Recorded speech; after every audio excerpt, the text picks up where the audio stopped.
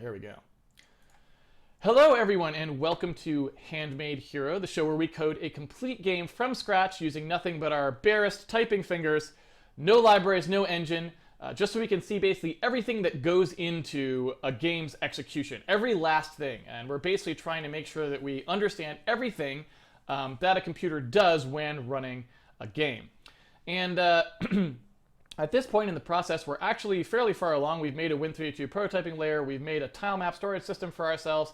And we're starting to kind of, we're trying to basically figure out what our engine architecture should be like so that we can start to write the engine proper that will run our entire game. And so one of the things that I push a lot in terms of good programming practices that I think everyone should do is always experiment and explore first before you design. It's always a good idea to kind of let designs come out of an exploration rather than trying to force them by doing design up front without really knowing what you're getting into and then trying to follow the design and finding out that it's not so good.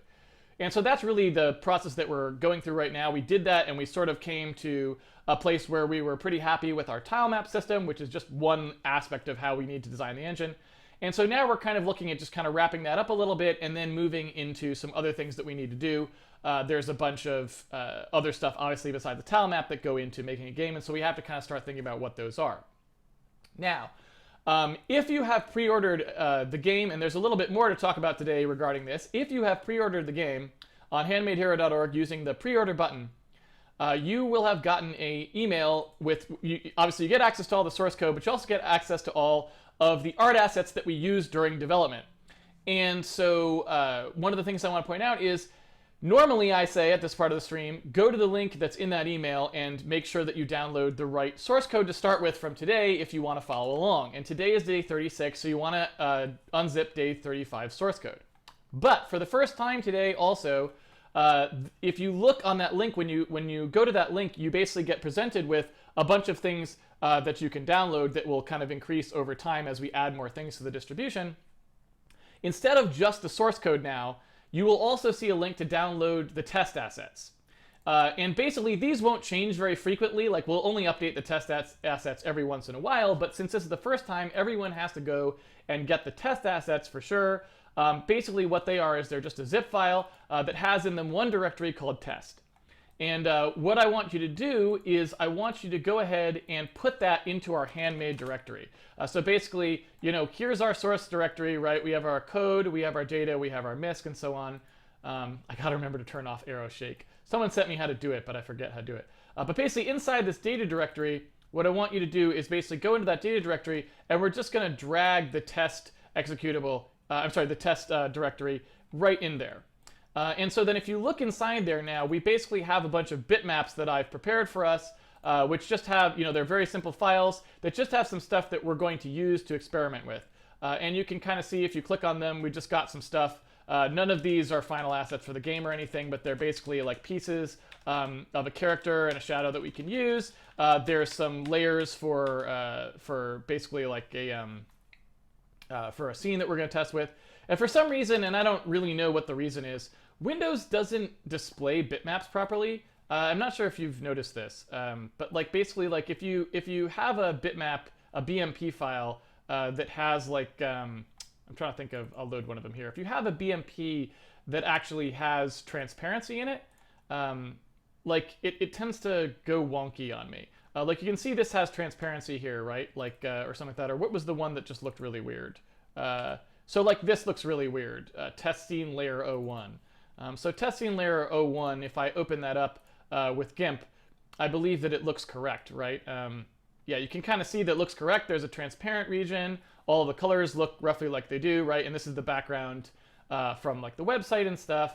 But for some reason, if you look at them in the Windows photo viewer, like Windows couldn't manage to load a BMP. Now this is amusing because, well, I mean, Windows, they're the people who invented the BMP file format. So somehow they don't know how to read their own file format.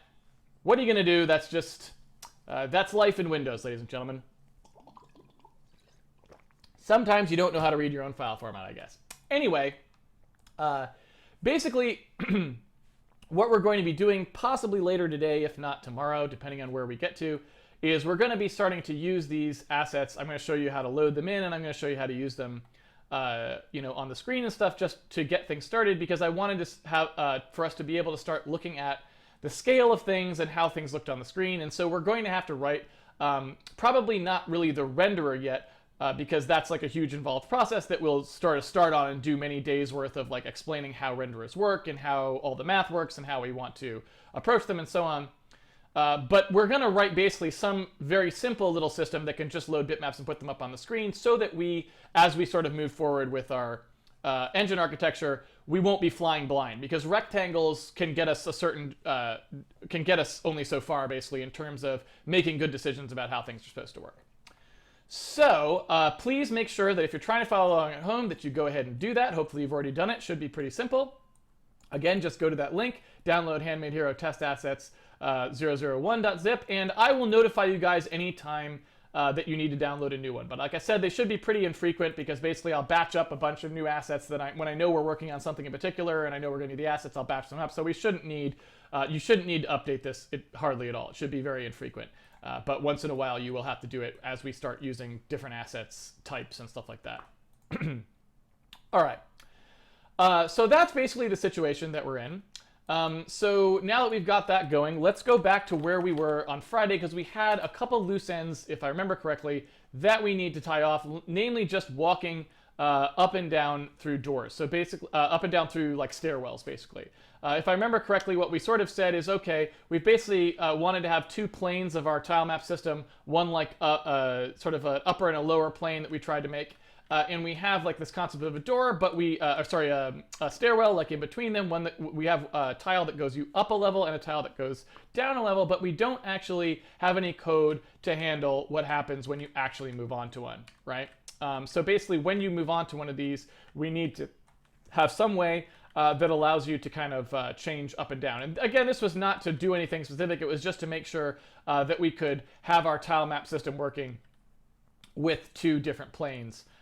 So that, we could have basically a Z component. And once we handle this Z component properly, we did it in a generic way, so it should be able to handle as many planes as we want. We can have as many layers like stacked on top of each other as we want to have. Okay, so basically what we need to do is we need to make some changes to the player code. And since we don't really have real player code yet, since we haven't really addressed that, it's going to be a little harder than it should be, because basically all we've got is a thing that just kind of like checks to see where the player is going to be and then moves them, right? This is the player code that we have. We basically create a new player position. We check to see whether the player can move wherever it's going to be.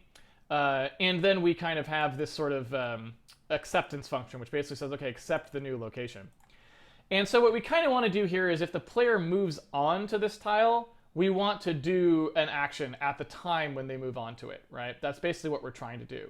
We're trying to do something that basically says, if they moved on to a new tile, meaning basically if new player P, if the new player P tile index is not the same as the old player P tile index, then we want to do something. So basically what I'm going to do is I'm just going to introduce a function here that I can call basically just something. I basically want a predicate. I want to be able to say, tile are on same tile or something like that. I just want to be able to make that statement. I want to ask that question and say, if they weren't on the same tile, then what I want to do is just take an action. I want to look to see what this is. And now when we do more player movement code, we'll actually have a lot more formalized ways of doing this and what happens when someone moves on to a tile. But for now, I'm just going to go ahead and check for the two things that we set up. Again, we just had sort of, this is all total scratch code to see how things work, but we basically said that door ups were 3, door downs were 4, so I'm just going to check for those. And again, because this code is all getting nuked for much more, for different code later, I'm not actually being specific about these things. I don't care about pound defining them to real things or making enumerants or anything like that, because we're not going to be doing anything like this in the final code. This is just sort of glue code that allows us to test other systems, and then later when it comes time to actually focus on it, it will all get blown away and we'll, kind of move forward. Same with like that, our level generation code is all exactly that. It's just total crap code that's just there to sort of glue things together and let us move forward with our experimentation. And the reason, again, that I don't try to do a good job on that kind of code, I only do the bare minimum, is because I just don't want to waste a lot of time thinking about how that code should work at the wrong time. I would say one thing that's worth mentioning is there is a context switch cost oftentimes in coding, where if you're working on one thing and you go switch to working on another thing, there is a cost in terms of your brain and how like sort of ready it is and how much stuff it's got paged in, almost like a virtual memory system, right?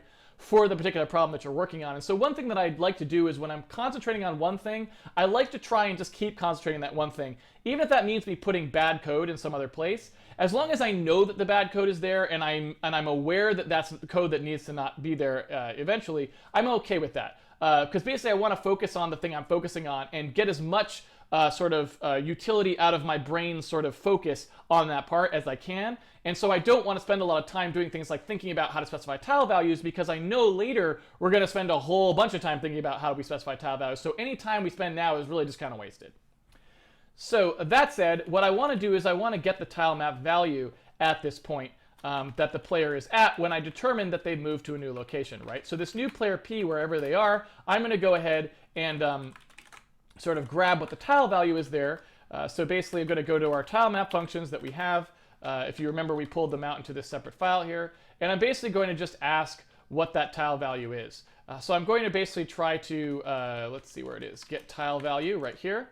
And I'm gonna want to get that tile value. Now, one of the things we probably want to do, we're probably going to want a function that gets the tile value directly from a player position, because why not?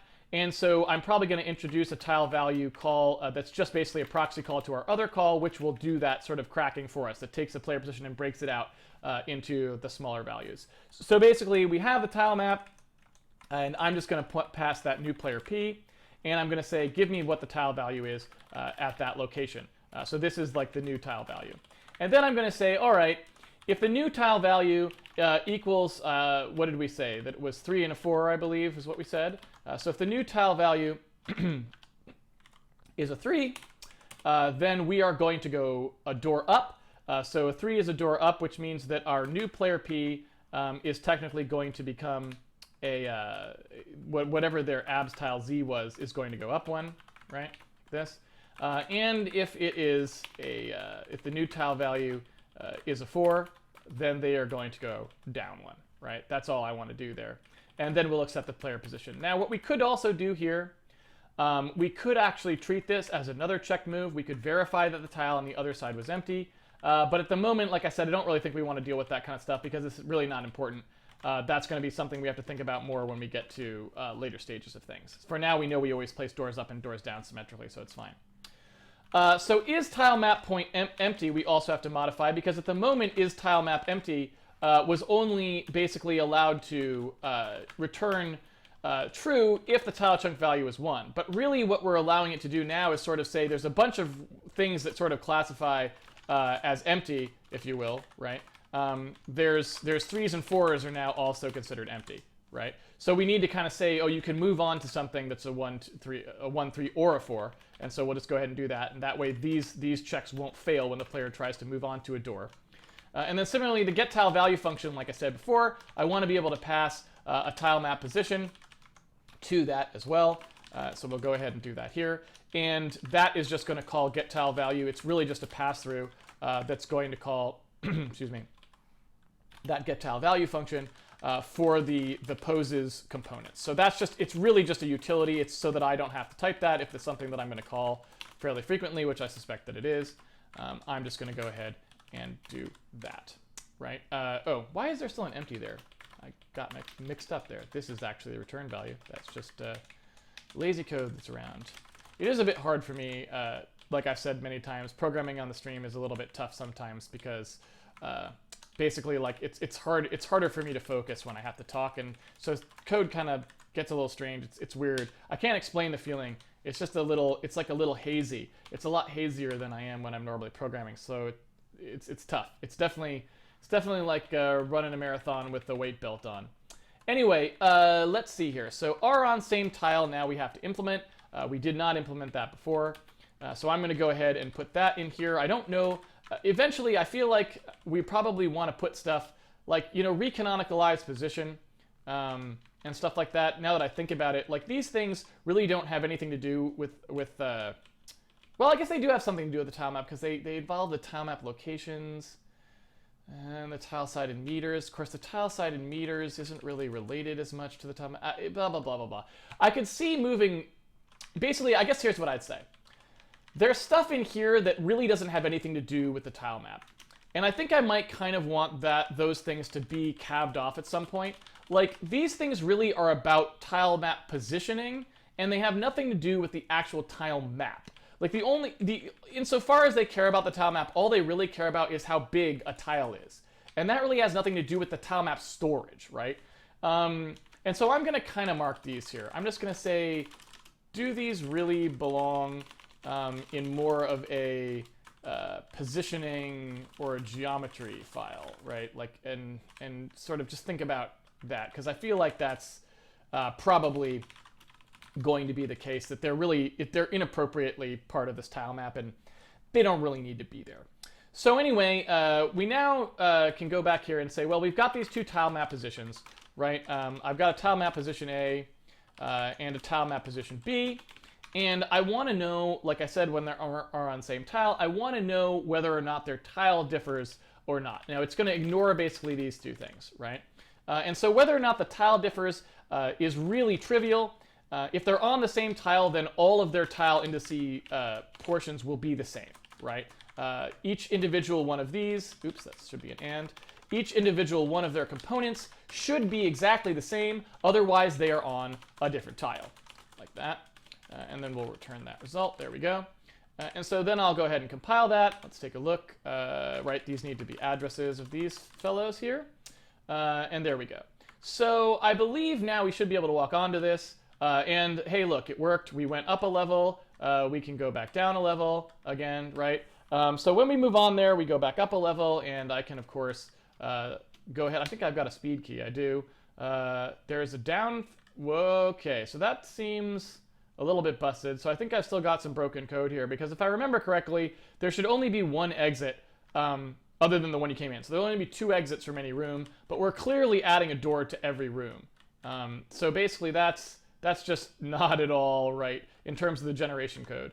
So let's take a look at the generation code, because I think the generation code is just plain busted. And we'll take a look at what's going on there. So let's see here. What we have, okay, so I see what's going on. Yeah, this is busted. So basically the way we were doing things before is we basically said, okay, we have a door up and we have a door down. We pick a random choice, and if the random choice is 2, we go ahead and we make a door up or a door down depending on whether or not we're on the top or the bottom layer. Right? Now what that means is, when we get to the end, when we move to the next room, if door up or door down was true or false, we want to do the opposite for the other room, because we're going to make a room below it or above it, and we want it to have the corresponding door. So we basically flip those. The problem is, when we come back through this again, the next time, door up or door down is now set to true or false. We make that corresponding door, but then we toggle it again. So we're just going to keep on making doors ad infinitum. What we really wanted to do here is, if we come into the random choice with door up or door down already equaling true or false, right? Then what we want to do is make sure that we don't make that, we want to remember whether we added a new door or not, and only if we added a new door do that thing where we keep it. Otherwise, we want to clear it, right? So basically, we have a couple things we need to do here. First of all, if there's already a door up or door down, we don't want to add another one, right? So we want to basically say if not door up and not door down and random choice equals 2, basically. Or I guess we could say, oh, we already did that. Never mind. If door up or door down, okay, never mind. We already took care of that case. I'm one step ahead of myself. We already took care of that case, so we won't do that. So the only thing we have to do is remember, if we created a door up or door down, then we do the toggle. Otherwise, we don't want to do the toggle, right? Now, the other thing we could do here is when we do this toggle, if we do the door up, door down toggle, we could also just check to make sure, we could do something like this, basically. We could do if door left or door right, or door down or door up, or door top or door bottom, right? We could say something like, as long as we know that we didn't have any other door, then we know that these doors are the ones that we came through and that we need to toggle them, right? If that makes sense. Or rather, I should say the other way around. As long as we know that we had one of these other doors in our thing as well, then we know that we need to toggle them. If we didn't have another type of door, that means that we were a door up or door down, so we should come through here. I don't think that's going to work, though, because... yeah, I think that's still going to be... just dumb, because that's going to also hit another bad case. So I don't even know why I was thinking of doing that. That's dumb. Let's just leave it at basically doing the if here, where we're only going to do this toggle. Basically, I'm trying to think of what the easiest way to do this here is. I guess we want to do... we just want to basically say if created vertical, if created z door, right? If we created a z door, then we want to do that. Otherwise, we want to do the false. And I think we want to assert here that we only have the two cases, if that makes sense, right? And in fact, if we know we created a z door, then we really know, I guess, that these are just toggles. We know that whatever it was, it's just a toggle, right? So we're just gonna go ahead and toggle these. There we go. I like that better. So basically, we're going to say if we created one of those two z doors on this particular, if we created one of the z doors on this particular one, then we know that the next one has to have the inverse doors of that. But if we didn't create a z door, then there shouldn't be a door. There shouldn't be any z doors on the next one at all. It should, right, only be corresponding doors. So I think that's a little bit easier. So I'm just going to say created z door like that, which is false. And then I'll basically say, well, actually, you know what? I can do it. Yeah, no, I have to do it this way. So basically in here, we'll basically say created z door will equal true right there. And then when we do it, that should do the toggle or the clear. And I hope that will be a relatively clear way of avoiding that problem. All right, so if we look at here, now I go up, let's see. We should not have a z door, and that's true. And we should only have another z door once we get to a dead end, basically. Here we are at the dead end. We go down a level. There we go. We go up here. We go up again. There we go. So there we go. We're starting to get a pretty respectable tile map here, people. I mean, this is basically this is dungeon-esque. I'm feeling a little dungeony here. I could see being in a dungeon at this point in time in my life. That's something that I feel like a lot of people need to leave and find themselves in Europe and so on. And right now we're finding ourselves in a little tile map dungeon, right? And there's nothing in the dungeon, and there's no loot to be had, so I'm not sure why we're in the dungeon, but I guess the reason that we're here is to program all that loot and make there be a reason to walk around these. But hey, it's pretty pleasant already, so there we go.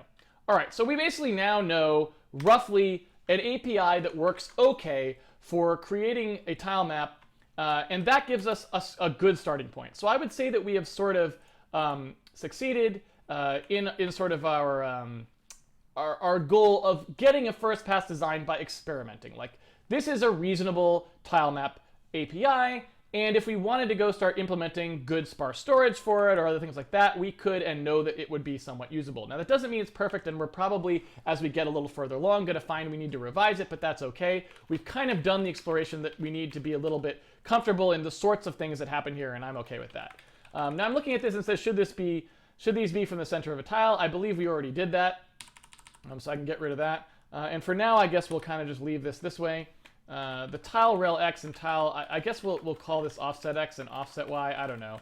And say, note, Casey, these are the offsets from the tile center.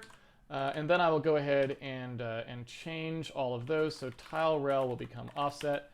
For now, that's my official verdict. So there we go. There we go. And now, I think that's pretty reasonable. I'm okay with that. Yeah. So at this point, like I was saying before, what I kind of wanted to do is I was thinking about what's the next thing that we're going to want to do. And like I said, we are probably going to want to start dealing with things like player motion and collision and that sort of stuff. And sort of animation and all that sort of thing, because once we have a tile map to move around, there's really two things we can do. We can start trying to figure out how to draw the tile map with better graphics, but we also have to figure out how to make the game kind of playable and replace the player movement code with real movement code and get some monsters in there, stuff like that, right? We need both of those things, right? If you think about the next sort of things that we're going to do. And so I feel like no matter which of those we pick, whether we want to do player movement code and stuff like that and collision detection, or whether we want to do better tile maps, we're going to have to start dealing with putting some graphics on the screen that are at least reasonable placeholders for what might actually be on the screen when the game actually ships. And so that's why I was thinking the next thing we kind of need to do is start loading bitmaps, if that makes sense. So that's what I'd like to do for today. Maybe our goal for today is just going to sort of be to put a bitmap up on the screen, nothing particularly fancy, but just get a bitmap up on the screen from a file so that we can sort of pull art in as we that we can start using for our prototyping purposes from here on out. Hopefully everyone's okay with that as sort of a decision point, but let's go ahead and take a look at that. Basically what we're going to do is we're going to try and load one of these bitmap files, like I said at the beginning of the stream, which is where I need a little Handmade shortcut there. So basically what we need to do is we need to go to Handmade, and I need to do, like this. This needs to be pinned. There we go, Handmade. So in the data directory inside test, right, we've got some various things here. And test background is probably a good example of something we should probably try to load. It's basically just, some trees, some mushrooms, and some grass, right? It's just like a background image, right? And if we take a look at the size of this background image, right? If I go into details here, you can see that it's 1024 by 576, right? So if I go in here and take a look at our code inside Win32, when we opened up basically our window, right? When we said how big we wanted things to be, if you remember correctly, I kind of was saying, well, for our renderer, we'll make it a little smaller. And so there was some geometry that went on here, and I'll put a note in so that people can remember. Basically, 1920 by 1080 is like a standard HD resolution for a game nowadays, right? If you're trying to run a game in HD, typically 1080p is a good standard. This is 1080p display mode, right? This is the resolution on a 1080p display. And so, if that was sort of what we were targeting for Handmade Hero, I was saying, well, that's with the GPU. We'll be doing that. We'll probably try to do that with the GPU. But if we don't have a GPU, so for our own renderer, because we will be much slower than a GPU, obviously, what I want to do is basically say, okay, reduce that by half, right? And if we take a look, let's see if I can use the quick calc thing we discovered. Let's see, 1920 divided by 2. You can kind of see that basically if we divide both values by 2, we get this 960 by 540. So basically, half of that is 1960 by 540. So I was basically saying, let's run at half resolution, because then it'll be easy for us to just imagine, well, okay, everything will just be twice as dense pixel-wise. It'll just look much nicer when we go up to doing GPUs. But basically, our screen aspect ratio and everything else will be basically the same. It'll be nice and easy. But what you'll notice is the details here are a little bit weird. Like 1024 by 576 doesn't really make much sense when you think about the fact that our screen is 960 by 540. So why did I make a bitmap that was that size? The reason that I made a bitmap that size is because, at least in GPU land, a lot of times you want your textures to be a power of 2 in size. For reasons that we can talk about later on. Basically, when we get down to GPU things, we'll talk about that a little bit more. But for right now, we'll simply say that power of 2 textures tend to be a very handy thing to be able to have on GPU side. So thinking about powers of 2 and looking at 1920 by 1080, the first thing that you might say is, well, 1920 by 1080 is a pretty inconvenient number in terms of a power of 2 if you wanted to round it. 1920 is pretty easy to fix. 2048 is a power of 2 that's very close to that. And so if you think about it, 2048 minus 1920, right? Oops, that's no good. Let's do a quick calc here. So 2048 minus 1920 is only 128 pixels difference, right? So you're only losing 128 pixel band if you went up to 2048. On the other hand, the closest power of 2, and again, it's not really the closest power of 2, it's the next power of 2 up, right? Because you can't have less than that. I need to fill the whole screen. So if I wanted to do 1080 as a power of 2, I have a problem because basically 1024 is too small. That's the closest power of 2, right? But 2048 is massively away, which is the next power of 2 up from that. So if I do a quick calc there of 2048 minus 1080, I'm wasting 968 pixels, which doesn't really make very much sense, right? That is just not very economical at all. And there's, even with screen shake, there's no chance you're ever going to use 968. So you would never make a bleed. You would never overdraw by that many pixels. It's crazy. You're just throwing away good memory at that point. So what I was thinking was basically, what's the next power of 2 you could basically use that would be sort of 1024 plus another band to store the bottom of the image. Well, basically, if you think of what it would take to get past 1080 at that point, you could, if you wanted to, add 64 to it, right? You could have one power of 2 texture that was 1024, one power of 2 that's 64, and basically what I'm talking about, just in case, so that you can see it, is I've got, oops, that's one heck of a rectangle there, Casey. So if I have 1920 by 1080, and I want to figure out how to fit this into a power of 2 thing, basically what I'm saying is, well, okay, 2048, if you add 128 pixels here, then 2048 really isn't too much of a wastage there, especially when you consider the fact that, if you had a bitmap that was drawn that was meant to fill the whole screen, and you want to be able to do a little bit of screen shake or something like that, there's going to be a little bit of bleed, right? So 64 pixels on either side is not too much to think about in terms of bleed, right? 64 here and 64 here is not too much. So 1920 plus 64 plus 64 ends up getting us to 2048, which would be roughly the size of, would be a nice power of 2 size that we could use with GPUs, right? But the problem is the next power of 2 that we would have to do 1080, we don't want 2048 for that dimension because it would be way too large. We'd be wasting a ton of space. So we only have 1024. Now 1024 is going to cut off a little bit too soon, right? It's going to cut off. Where did I do the calculation? I don't know. I thought I did it, but I guess I didn't do it. So if we do a 1024, 1080 minus 1024 is 56, right? So we have to store 56 more pixels, which means that we could use a 64 wide texture. We could stop at 1024 and then use a 64 wide right here, another band. And we could basically store screen-sized things in 2 chunks. One chunk that looks like this and one chunk that looks like that. Right? But now we've got another problem. If we're saying that we want some screen shake, and we want like 64 is what we're saying might be a reasonable number for screen shake, or maybe 32, I don't know how much we're basically saying. With our 64, the actual number that this ends up being, if I go ahead and do the quick calc on that, right? If I do 1024 plus 64, I'm only at 1088, which means I only have 4 pixels on either side, which isn't very much for screen shake. So I probably want something that's going to be higher than that. And so basically when I was kind of working this math out myself and trying to think about how I wanted the source art to be done for the source bitmaps, I was saying, well, okay, if I go with so 576, right?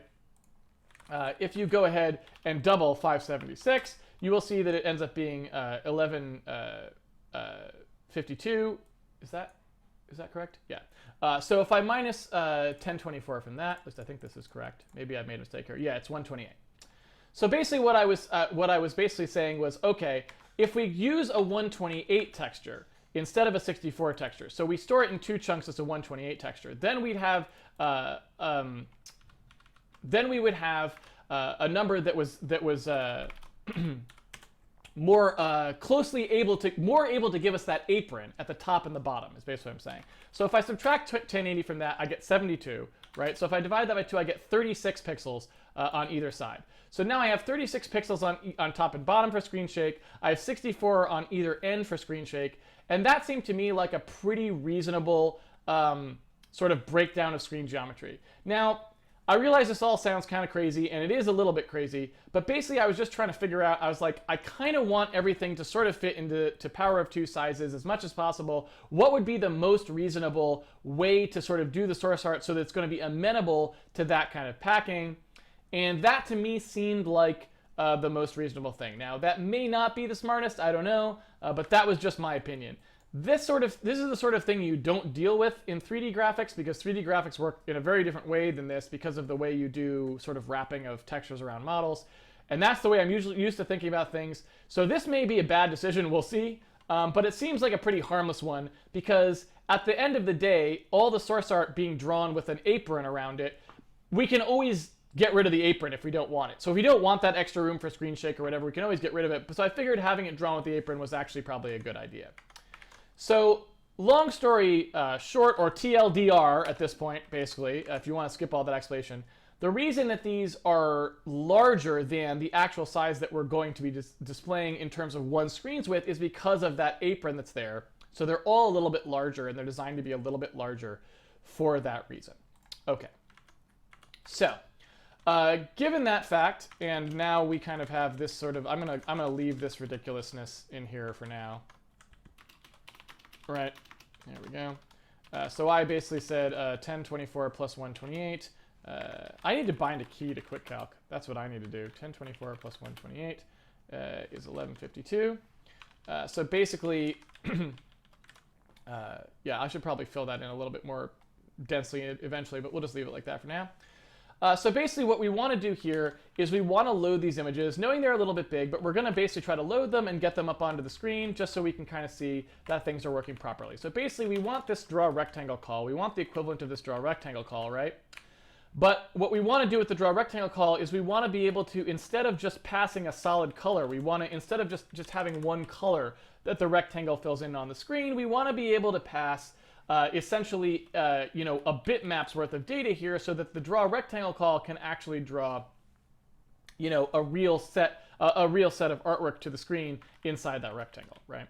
And again, we're not going to focus too intently on this here, because this is stuff that we'll be doing much more industrial strength when we start the renderer proper, but I just need to get something working here, so I'll explain it lightly, and I won't belabor it too much, but we will sort of, knowing that we'll sort of drill down a lot of this stuff later. So I'll try to give you enough context to understand what's going on, but at least for the rendering side of things, putting it up on the screen, I'm not going to kind of belabor it. But so anyway, right now, we basically just need to type in some code for loading a bitmap, right? And I don't know what that's going to look like, so I'm just going to go ahead and create a blank function here. I know that we have in our platform code, right? We have our Handmade platform code. We set ourselves up for success, hopefully, here, because we have this sort of debug file reading system, right, where we can call a thing that reads an entire file into memory. So what I want to do is make sure that this function takes that thing, right, whatever that is, and where did we actually put that? So that was debug platform. I don't even remember where we stuck it. So inside game memory, we've got these. When we pass the game memory, it's got these in it. So basically what's going to happen here is this guy is going to need this function, this read entire file. So basically I'm just going to go ahead and pass that. This is the function that he's going to need, and this is obviously a debug function as well, I guess, now that I think about it, because we're not going to be probably loading bitmaps. For the final shipping version, we'll probably want to load something that's compressed at least. Bitmaps are rarely compressed, or if they are compressed, they're not compressed very well. So what we're going to do here is we're going to have this read entire file. We're going to call it, and presumably we're going to need a file name, I guess, as well, that we're going to have to call, that we're going to have to pass a read entire file so we know which file to read. So basically we are going to do at least that much to read this file. So what we need to do there is when we go ahead and read the file into memory, let's see what the debug platform read entire file thing takes. I don't actually know. It takes a thread context, so it's going to need that as well. And it takes the file name. So basically that's it, really. That's all there is to it. Not particularly interesting. So basically it just needs to do that. So when we read this entire file into memory, we're basically going to get a buffer, right? We're going to get the file contents. So that's going to literally move all of the bits that are in this file into a memory buffer for us to look at. So then the question is, what do those bits actually mean? Well, this is basically, for those of you who haven't done it before, here is your crash course in how to read file formats. Assuming that you don't know what the file format is, you first have to look it up on the web, and typically I do this literally by typing in something that looks like that. I type in the name of the file that the extension that I want to know about, I type in file format, and I hope that somebody has actually documented what it is. I then try to look at these links to see if any of them look even remotely plausible. And I don't know if any of these do. Let's take a look here. Let's see. This looks pretty plausible. It looks like it's actually got sort of the stuff that we actually need to know here. Let's see. Defining file type, file size. These have BM in front of them. These don't. DDB, only a file header. Yeah, so this looks relatively straightforward for us, I think. I don't see anything reason we can't use this. So if we look at the file organization here, basically what it shows us is the layout of these things right here. Since Windows 1.x is probably not something that anyone is using these days, I'm going to assume that the bitmap data here is in the file format that they're talking about for 2, 3, and 4, right? And so basically what they're showing me here is they're just showing me what they think is in the file. They're saying there's a file header, a bitmap header, a color palette, and bitmap data, right?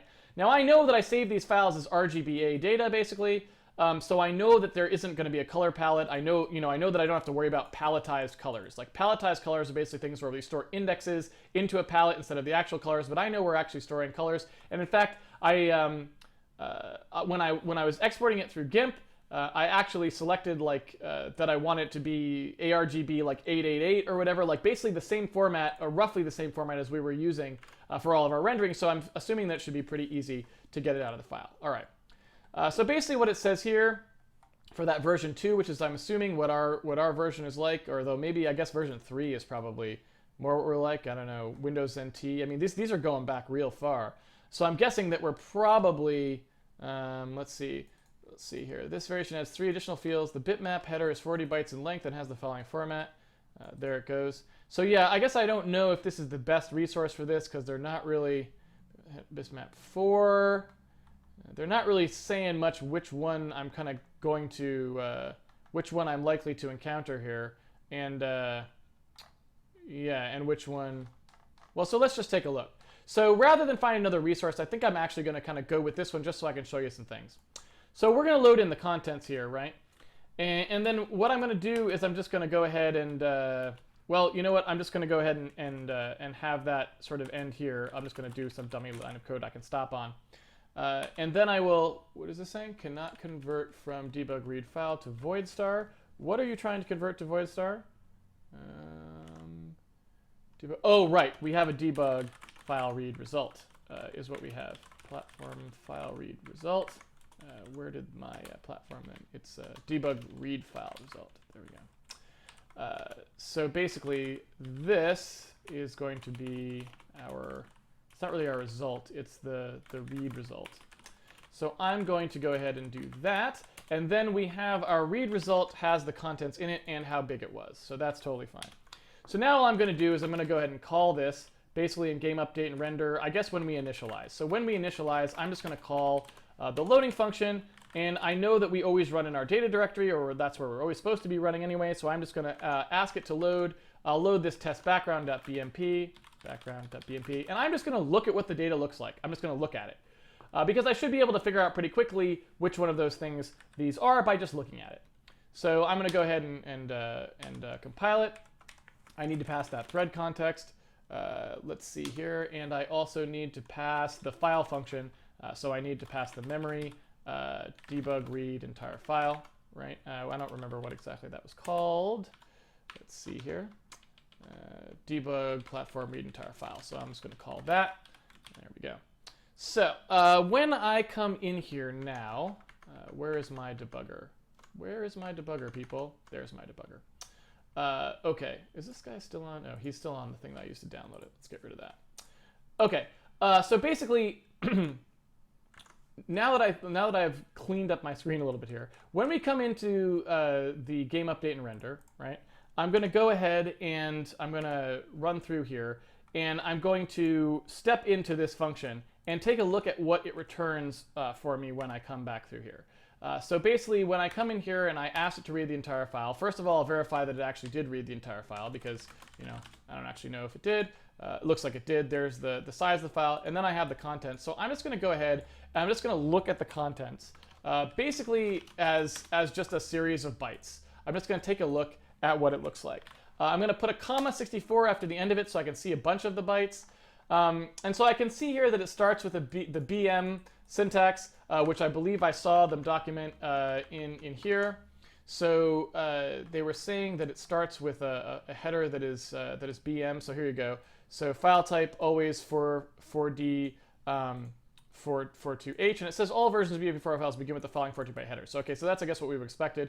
So the file type, there's a file size, 2 zeros, and then an offset of where the image is, right, in the file. So let's see if that looks like it. Looks like what we think.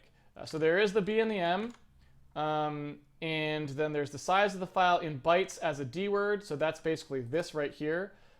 So is that actually accurate? Would be, I guess, be my next question. So let's say that we have something like this. So we have the contents. I'm going to add 2 to it there to get us to where we said we were. Yeah, there we go. And then I'm going to go ahead and look at that as a uint32, right? As a uint32 pointer. There we go. So is that actually reasonable? That doesn't actually... Oh, oops, am I doing that right? No, I'm not. Let's try that again. Let's try that again, people. It's so hard to edit things in this tiny little thing. Basically, what I want you to do is I want you to make read result be a uint8 star. Okay, there you did that. Read result contents be a uint8 star, which you did. Then I want you to add 2 to it, which I hope that you did, right? And then I want you to treat that as a uint32. I guess maybe it doesn't actually know what those are, though. So maybe I have to do int unsigned and char star. Unrecognized token. What is the unrecognized token? What are you complaining about? I do not actually know. Oh, I've got one too many parentheses. Is that what you're complaining about? That is probably what you're complaining about. There we go. All right. Okay, so there I'm just telling it to look at the second thing as a uint32. And it looks like, and so by the way, just for my own sanity, I just want to make sure that it was okay for me to do this, because I'm assuming that it knows my types inside the debugger, because it should. I mean, I guess it doesn't have to, but it should. Yeah, there we go. So basically, I'm just going to look at that as a uint32, which is a D word, and there it is. That does look like the file size, so that's all good. Then we're supposed to have 2 zeros after that. So we've got 0.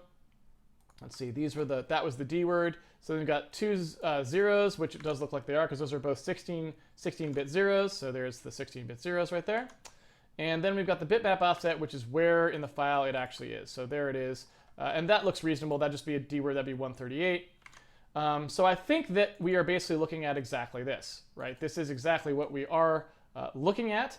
And so we could just go ahead and assume that that was all true, right? So I'm just going to go ahead and I'm going to copy this into, see if I can get back to my editor there. I'm going to say that that is basically what we are looking at the outset. We're looking at this, and so that's good. And so then the question only is what happens after that. The question now is like basically what do the rest of the things look like. Finding the file header in v2.0 or 2.x bitmaps is going to be this stuff. What is it in other ones? So it looks like the stuff that we actually care about, though.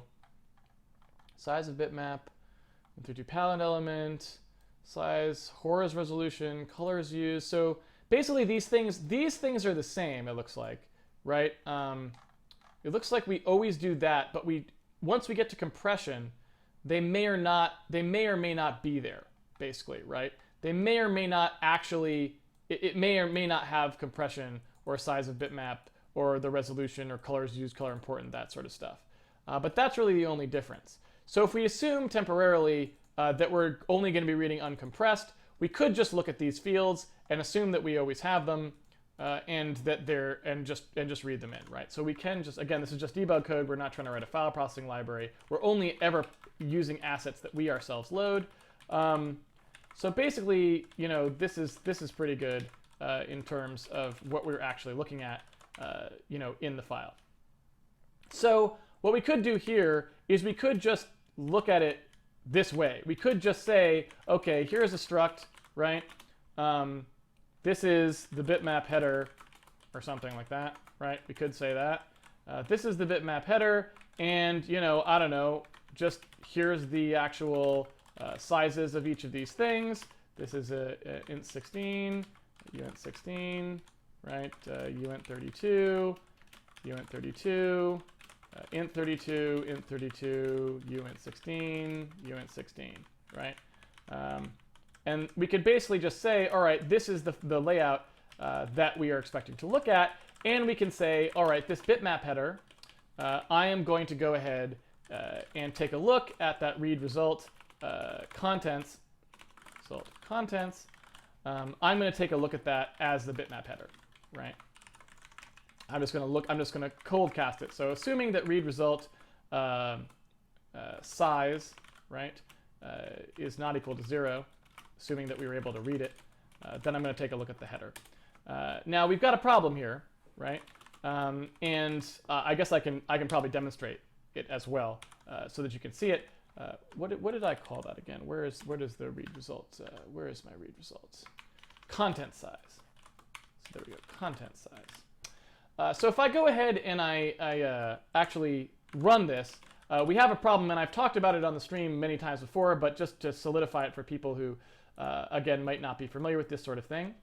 If you notice, when we actually do what I just said, we'll have a problem. And so when we open this up and we look at things, you'll notice that it doesn't look like what we had hoped, right? We inspected it, and we were expecting the file size. We looked at the file size was supposed to be correct. Like, what's going on here, right? Why do these look wrong?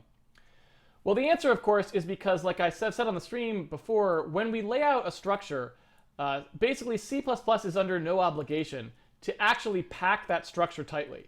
So when we say that there's a uint16 and then there's a uint32, it doesn't have to put those adjacent to each other, and in fact it won't. What it does is it aligns things to a boundary that is the same as whatever their size is. So if this is 4 bytes, this is only 2 bytes, it will skip 2 bytes to put this on a 4-byte boundary, basically, because it is 4 bytes. So basically, if we want to read the memory in a nice layout here, we have to tell C to pack that structure tightly. And so what we have is kind of this really janky system. I think in certain compilers, there's better ways of doing this where you can just label the struct as tightly packed. But that is a relatively new thing. Basically, there's this thing, pragma pack, push, and pop. It's kind of ridiculous, but I'll basically show you what it looks like. Essentially, what you do, if you can take a look here, you can basically do this thing where you do pragma pack, and then you can say what the packing level is, right? So you can kind of do something where you do something like this, pragma pack 1, and then it will pack everything to be 1 byte aligned, even if it would have packed it otherwise, which is what we want to do. Now, unfortunately, at the end of this, we'd like to set it back to whatever it was, but we don't know what it was. We don't know what the default packing was going to be, right? And we don't know whether we might be inside someone else's pack block. So basically, what they do in a lot of cases, just to make things easy, is they do a pragma pack push, which basically is a thing that says push a thing on the stack, which is basically going to be, I don't know if you can see it here. Here's a good example, right? Basically, what you can do is you can use this push pop thing to basically tell it to just, okay, for the region that I'm in, it's like a stack. Push this new value for packing on the stack, but then when you're done, pop it off and go back to the previous value that you're at, right? So if you do this, pragma pack push 1 and then pragma pack pop, in theory, you get a thing where just in between those, you're tightly packed, but everywhere else, you're your regular packing, right? So now when we come in here and we look at the header, you can see that everything actually looks right now. Like, here's the actual size, right? Here's the width and height of the bitmap, and they're what we expect. Here's the bits per pixel, which is what we expect, 32, and so on. And so really all we need to do is jump to this bitmap offset and load the bitmap. That's about all we actually need to do. And so there's one other surprise waiting for us with bitmaps that we'll see. I don't know if we'll have a time to blit this today. Probably not if it's the 5-minute warning.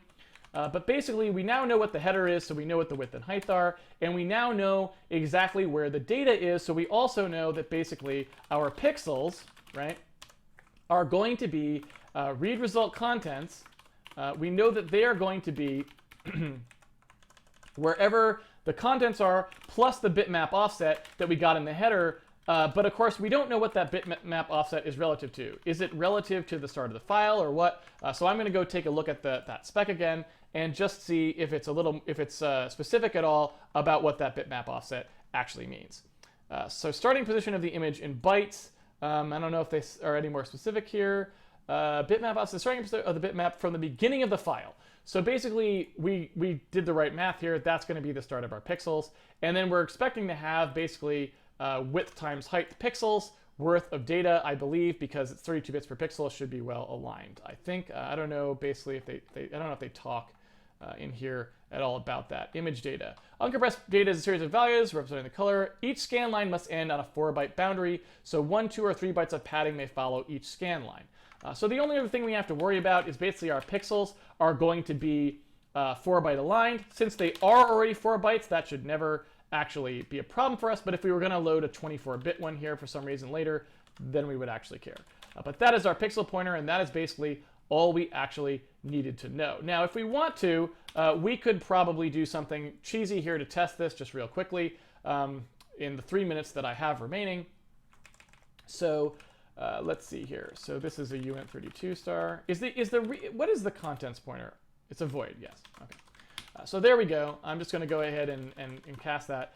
So what we could do here, if we wanted to, just as a test, we could go ahead and say, all right, let's return that for now as a cheesy thing to do.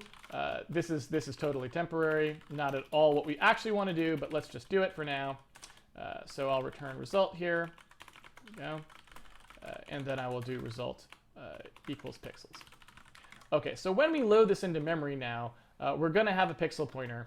So I'll stick that temporarily down in here, which is just say pixel pointer, right? And I will go ahead and say, all right, the game state pixel pointer equals that. And now we have a pixel pointer.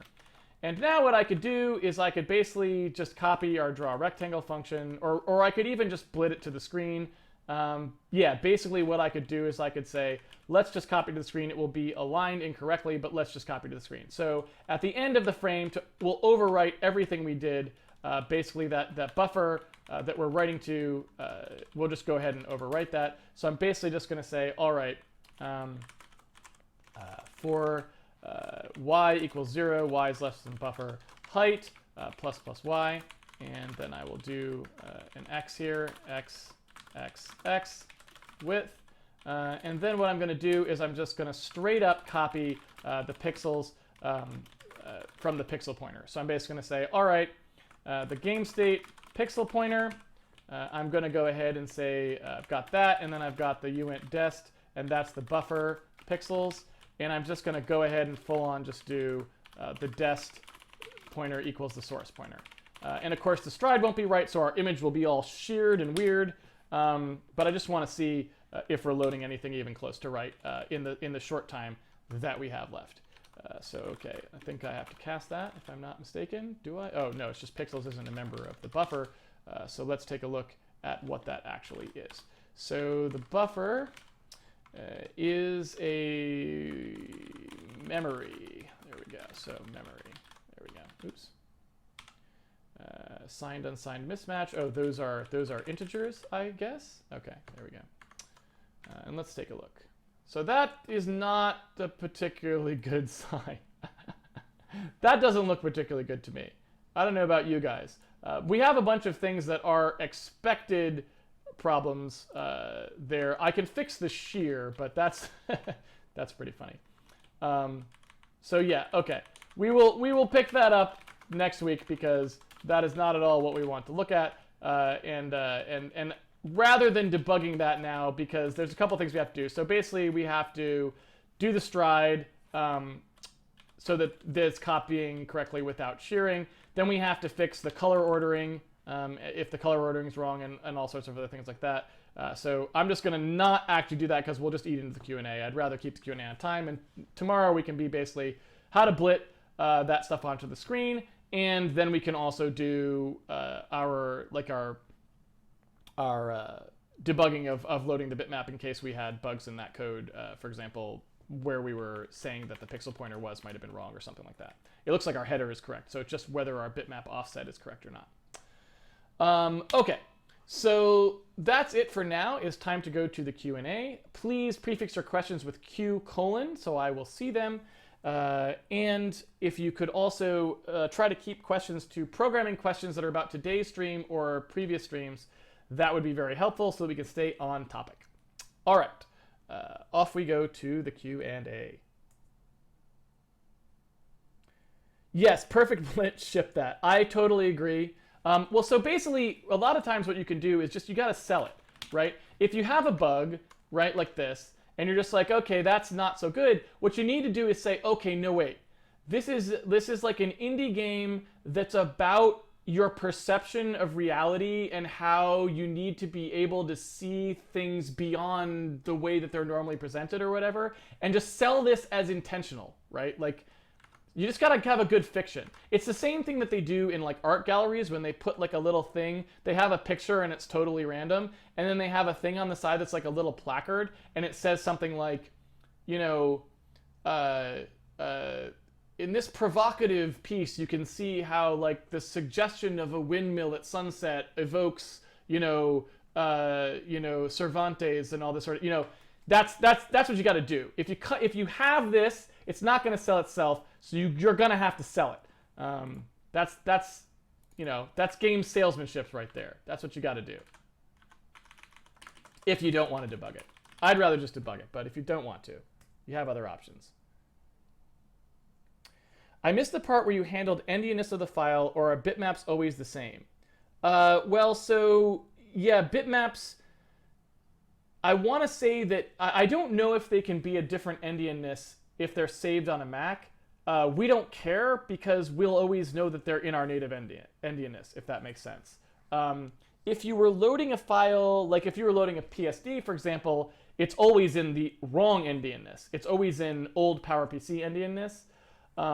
So yeah, nowadays Macs also use little endian, so if they saved a bitmap, it would be little endian as well. I don't know if there's ever been a time when bitmaps were saved big endian on like PowerPC Macs or something. I'm not sure. But basically for bitmaps that are saved on any modern computer, they will always be little endian, and we're little endian, so it doesn't matter. We're always fine. Do I prefer PragmaPack or would I prefer GCC-like annotation?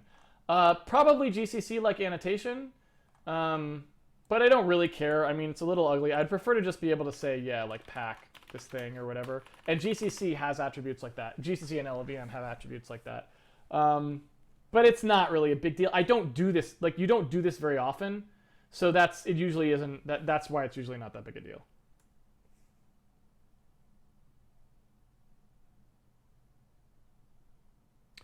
What's your threshold for number of function parameters before putting them all into a single structure as a single function parameter? I don't really have a threshold for that. I'm rarely thinking about that when I do that.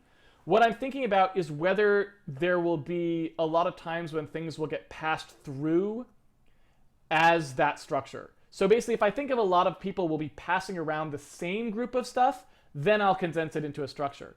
But if a function itself just happens to have a unique set of stuff, even if it's 30 long, I don't care. I'll just use them as, I'll just do them as individual parameters. So it's not really about how many parameters a function has. It's whether those things can be bundled together in ways that lots of people use, because then that just condenses the code and it's nicer. Could you please describe how the sparse tilemap storage is done so far? Watched last week's videos but couldn't figure it out. Sure. I can totally describe that. So if we take a look at tilemap, the handmade tile.h. So basically what we have here at the moment, and again, remember the only reason we were doing this is to figure out what kind of API we wanted, right? So you can see we even have a to-do here that says real sparseness, because we're not really doing real sparseness yet. But okay. So basically what we have is we have a 2-level array scheme that's implemented currently. What happens is we have an array of tile chunks, right? we have tile chunk count X, tile chunk count Y, tile chunk count Z. We have that as an array of tile chunks. So it's a three-dimensional array of tile chunks, right? So if you think about what that looks like, it's a cube, right? And imagine this is a cube that contains the world, right? This is our whole world. It's got some number of slices in Z, right? Which is this tile chunk count Z. So however many, this here is the tile chunk count Z. It then has some number of slices in Y. So those are these slices this way, right? Makes sense? So we have some number of slices in Y. And then we also have some number of slices in X, which we finally slice it this way, right? Slice, slice, slice, and here is X, right? And so that is how we dice up the world to begin with. And of course, these lines all continue all the way through, right? And you can imagine pulling this apart one layer at a time. The most primary index, and you can tell this by going into, when we do get tile chunk, right? And we pass it the indices, you can see the operation. It's Z, each individual movement by one level of Z moves us all the way in all of tile chunk count X, all tile chunk count Y, right? So what that means is Z is the largest accessor. When we move up one in Z, we move up a whole 2D block of XY. So you can think of it as the Z index peels off one whole thing of this. So a single Z index pulls off basically one of these guys, right?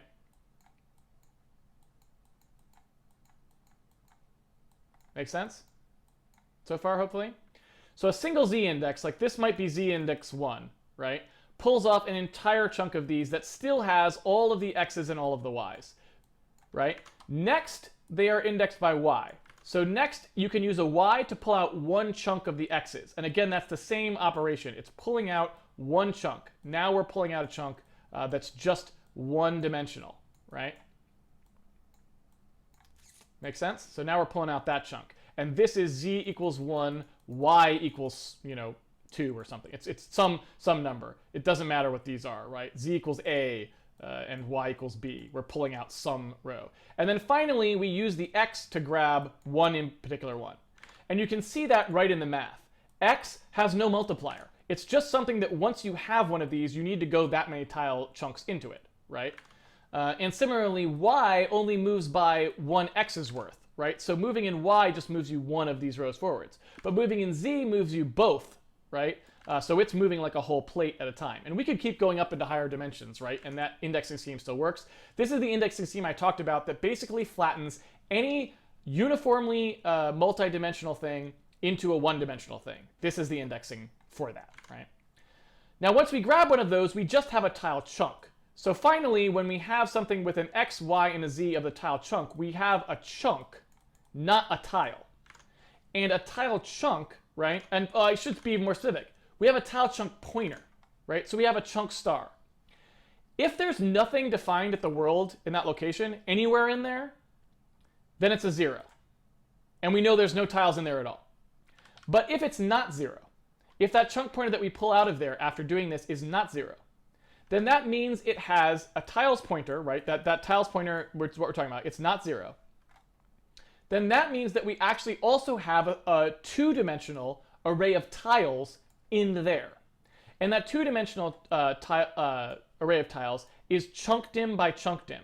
And I believe we said that chunk dim was 16 now, is what we're doing. So basically, when we pull out that chunk, it's actually another 16 by 16 flat piece, right? So it's basically, it's pretty dense, right? It's like, it's even one more denser than that. So it's like, it's a lot of tiles, right? In both directions. So it's crazy dense, right? But it's a 16 by 16 by 1 deep, right? So it's only 1 deep. It has no Z.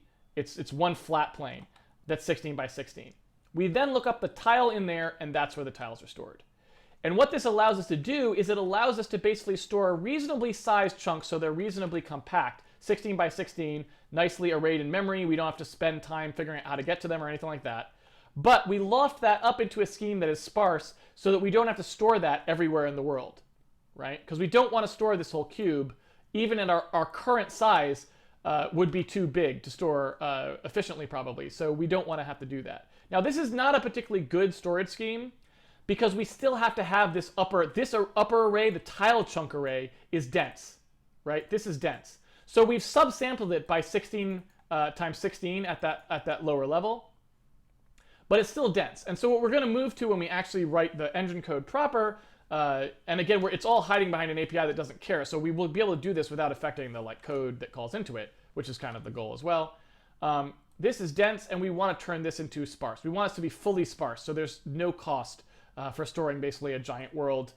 If you only pay the cost of how much world you actually fill in. You never pay a cost based on the wingspan of that world.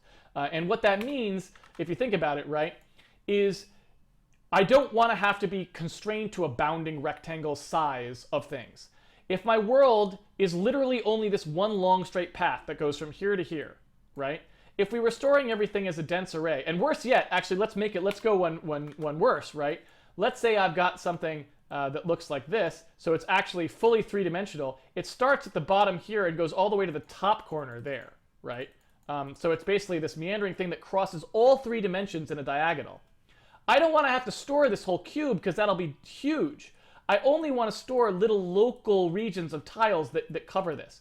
I want to pay a cost of storage commensurate with the area I actually filled and not the bounding rectangle of that area, if that makes sense. The axis-aligned bounding rectangle of that area. And arrays, if things that are dense arrays are essentially storing bounded or axis-aligned bounding rectangles worth of data, and that's just not going to fly here. So that's why we need the sparsity scheme. Hopefully that is a reasonable explanation that you can work from when you go back and try to understand how that code is working.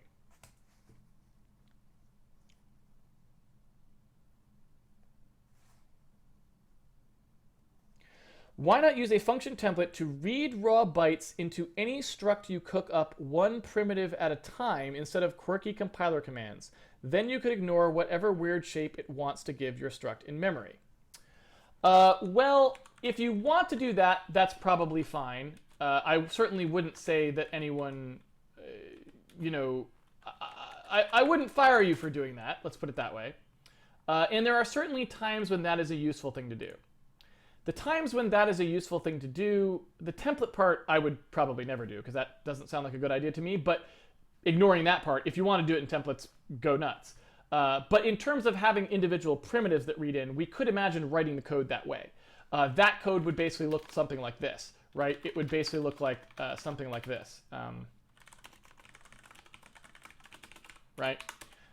Where you had a series of functions that looked that read in things like this, and you basically would call them individually. So you would kind of go through and say, all right, to read in the header, the thing that reads in the header creates one of these parser things, which is basically just an index into the file, right? So it's got one of these and it initializes it to be, index into the file, like, beginning of file, right? And this basically reads a 32-bit value and advances the pointer, right? I don't know if you can understand basically what I'm trying to construct here. I don't want to have to write the whole thing out. But basically, then what we would do is to read this, we'd say, uint16 file type equals uint16 parser, like this, right? File size equals uint32 parser, and so on, right? And then you read them in. The reason that I don't think that is particularly useful here is because it's just a lot more work that's going on in terms of what the compiler would have to flatten out to make this, right? I mean, this is way simpler for the compiler. It's a cast, right? It's the most trivial thing the compiler could ever have to handle, and there's no question that it will be able to generate good code if you write it this way. If you write it this way, the compiler has to realize that you're just reading out of memory using a structured pointer, and so that it knows that it doesn't have to actually do these reads one at a time and all this stuff. You're just making a lot of extra work for the optimizer that really there's no point to doing. Like, what did you gain from this? All you had to do was know to put pragmapack, pragmapack push, and pragmapack pop. That's pretty simple, and you didn't have to write any of this. So it just seems like a real big waste. I really don't see why you would ever write that. Now, there are times when you would write that. The times that you would write that are, for example, let's say you did have an endianness issue, and endian things had to be reversed. That might be one good example of when you might do this, because you can bake the endianness reversal into the read. Another time is predicated files. So for example, let's say that the file size, this reserved, if this reserved was not 0, then the second reserved doesn't exist, stuff like that. Then this structured format doesn't work anymore. So then you have to do reads, and it's sort of like a state machine that's working to figure out what's going on. It's not a state machine. It's a predicated read. And then at that point, you're much better off not using the structure method. So this is what I would expect to see in the case where you're reading a more complicated file format like PSD, like TIFF, things like that. But when you're reading something this simple, it just seems like that would be a real big waste of time. Both yours and the compilers.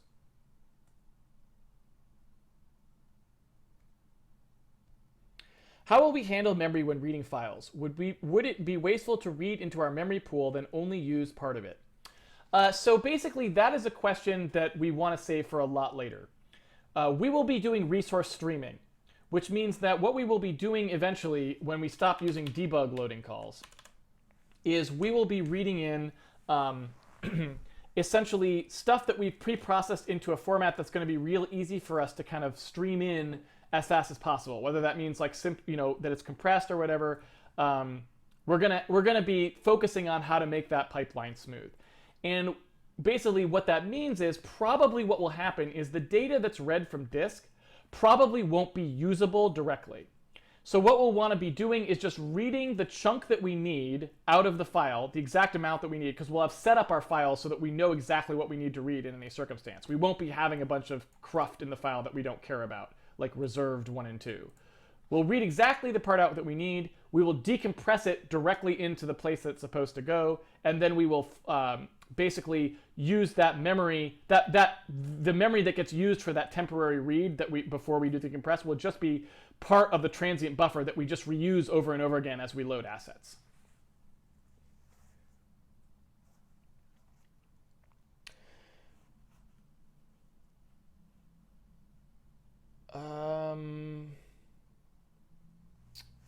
Dragon Master 047, I'm not sure I understand this question exactly. I'm going to read it out loud and then see if I can see exactly what you're asking. If not, you may have to re-ask it. Could you explain how handled platform-specific behavior, parentheses, Windows needs bitmap info for stretch DI bits, but only pass a platform-unspecific struct back to the game code? Would you just use a void star platform data if you need to pass something platform game code platform? So I think what you're asking, if I understand correctly, is you have a platform service or a platform-specific piece of data that exists in the platform layer. You're going to call the game code, and you know that the game code is going to call you back. And when it calls you back, you need it to hand you that data that is platform-specific. And you're asking, how do you architect that? Like, what should that look like, ideally? The answer is we sort of already have one of those. And I will talk a little bit about it. So thread context probably will have some platform-specific data in it eventually, possibly. So there's two things you can do here. One is you can actually just declare there to be extra space at the end of thread context for you to actually work with it. So you can basically do something like this, right?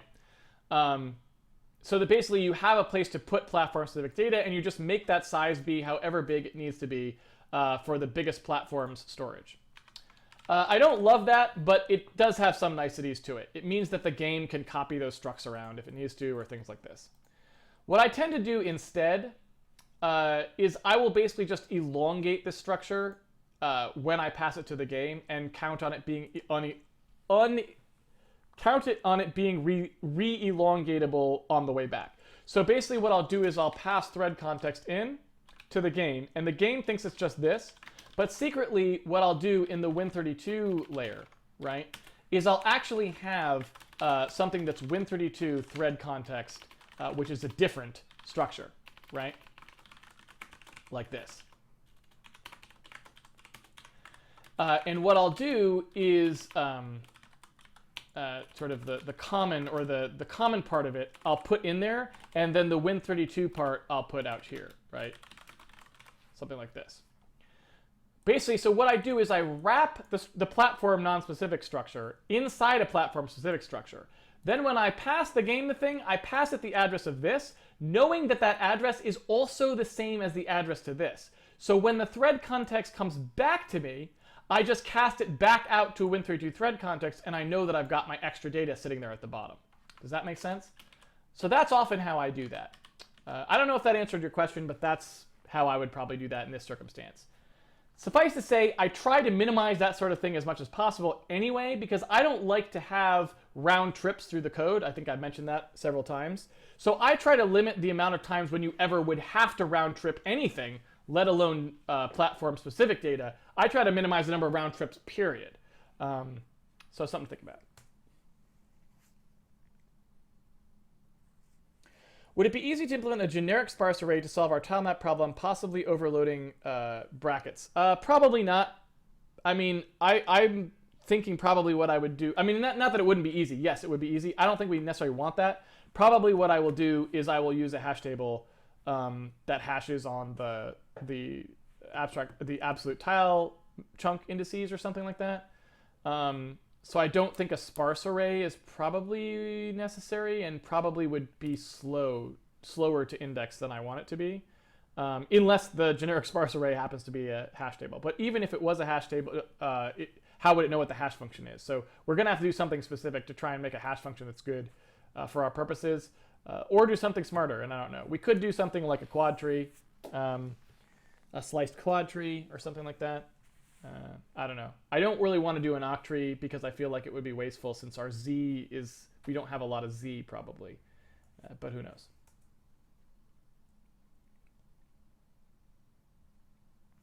So we have world, chunks, and tiles. Didn't we also have screens? I'm still fuzzy on the map abstractions. So we did have screens, but we don't really have screens anymore, because essentially we decided we wanted our tile map to just be nice and generic so we can scroll if we want to or not. And so screens are just going to be a gameplay construct where we fix the camera to be looking at just one screen, and that will be where screens come in. We don't actually store screens explicitly ever. They're only going to be a gameplay construct where they'll basically be marked up or just built into how the game happens to move around, if that makes sense.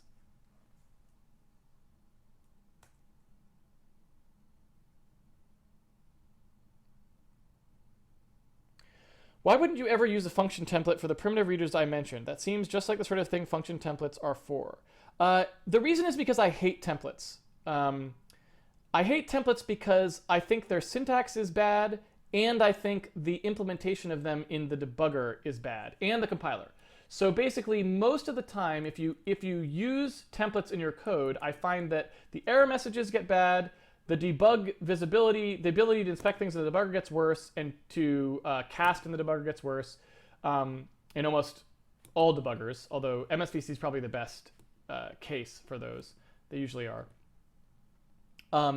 And you're basically just introducing that complexity for really no gain. I mean, think about what has to happen. I mean, let's do the basic thought process here. How many values are you really going to read out of a file, right? Basically, we've got, uint 16s and int 16s and int 32 or something, right? So you've got, something where you do read uint 16, something like this.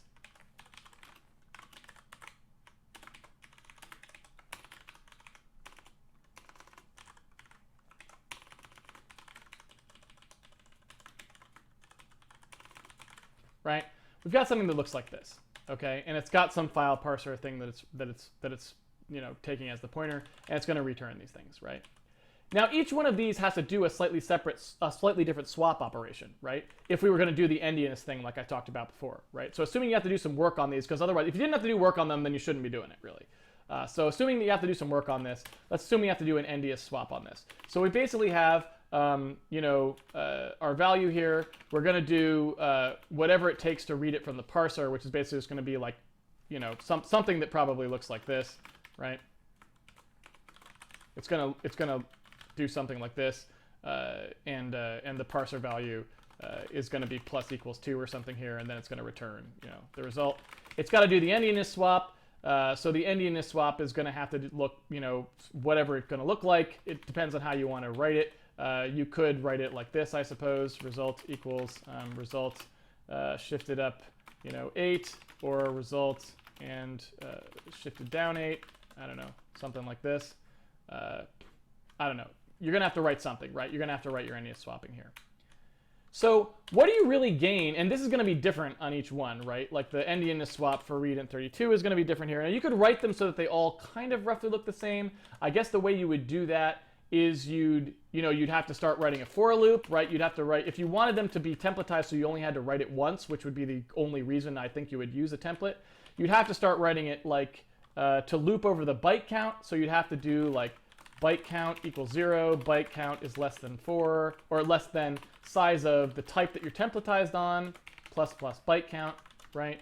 Or so I should say byte index, right?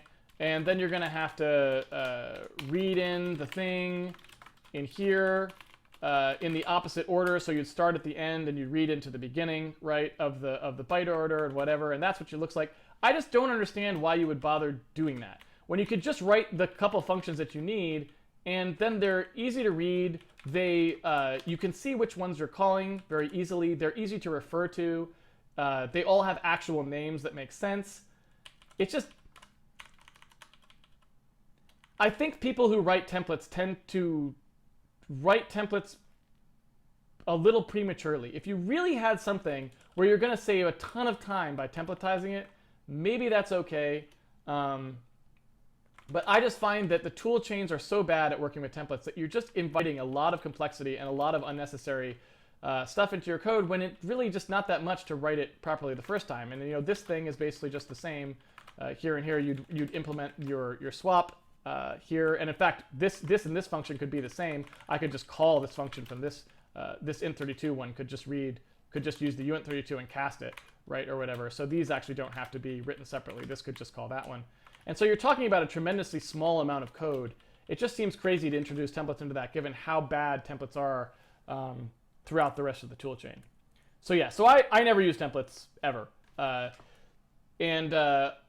Basically, I use metaprogramming for anything that other people would potentially legitimately use templates for. So if I looked at the use of templates and said that was a legitimate time when I would have used templates, I don't actually ever use templates. I always metacode that. So because metaprogramming is much more powerful than templates. So basically templates is kind of an exercise in trying to figure out how to do metaprogramming with a real weak sauce, right? You're trying to flavor a good burger with a real weak sauce, and personally I feel like you should use good sauce on a good burger.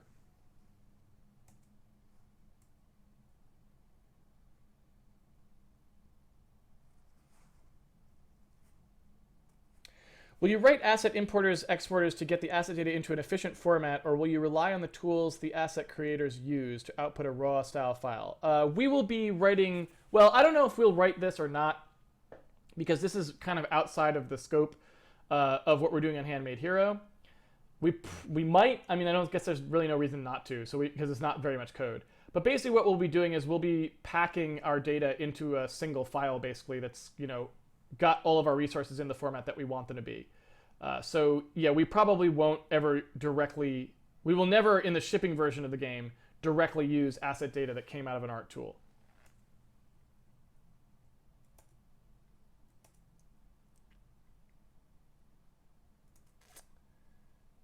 Let's see. Easy Twitch. Metaprogramming is C code to generate C code is what I'm talking about. I almost always use C code to generate C code anytime that I would have considered using a template. Hey, we're at the end of the questions right at 9:30. That has got to be a good omen, people. Well, thank you so much for joining me for another episode of Handmade Hero. It's been a pleasure programming with you as always. We did our bitmap loading tonight. But unfortunately, we didn't have any time left in the stream to actually put it up on the screen. So please join me tomorrow at 8 p.m. PST, 8 p.m. Pacific Standard Time, when we will go ahead and blit our stuff up to the screen, and then that will finally give us graphics we can start using to start playing around with what the game is going to look like in terms of, how do we structure our map screens to actually look good? How do we have how do we deal with all of that sort of stuff that comes with trying to make a good looking game instead of just a straightforward tile map kind of scenario. So I am very much looking forward to that, and I hope you are too. So please join me tomorrow, right here, same time, same place. If you would like to pre-order the game, you can do so. You can do so right here on handmadehero.org. You can pre-order the game, and you will get all of the source code that you see us working on every night. I update it. And I always, starting today was the first time, but going forwards, anytime I'm using resources to develop stuff on the stream, I will also put those up there so you can completely, if you are someone who's pre-ordered the game, you can always completely follow along with everything I do at home and then play around with it yourself. And that's really important too, because one of the best ways to learn game programming is to play with game code. And so I highly recommend that anyone who's interested in learning does take the time outside of the stream to kind of play around with what we've been doing, experiment, learn for yourself, and kind of, maybe try to do some things that I haven't done yet. Just kind of get familiar with programming, sort of this low-level stuff, and it's usually a very rewarding experience. That's what I found. So yeah, I highly recommend that. And also, if you would like to support the video series, just separately, we have a Patreon that you could subscribe to. And if you're trying to study at home, we have a news and forum site that's really good for that sort of thing. If you go here, it's got the schedule. It's got an episode guide that's got sort of annotated videos to help you catch up on previous videos that you may have missed. It's got a coding resources page, which has ports, like people have done ports to Linux and Mac and so on. So if you're trying to work on a different platform than I'm working on, if you're trying to work on something other than Windows, that's a great place to go to find out how to do the stuff that we do in Windows on those other platforms. And finally, there's a code discussion page where you can go to post questions or to talk about stuff that you've seen on the stream. So definitely check it out if you're trying to learn from the series. That's a great place to go. There's a lot of resources there. So thank you everyone for joining me. I hope to see you here tomorrow night. Have a good rest of the evening and a happy Tuesday.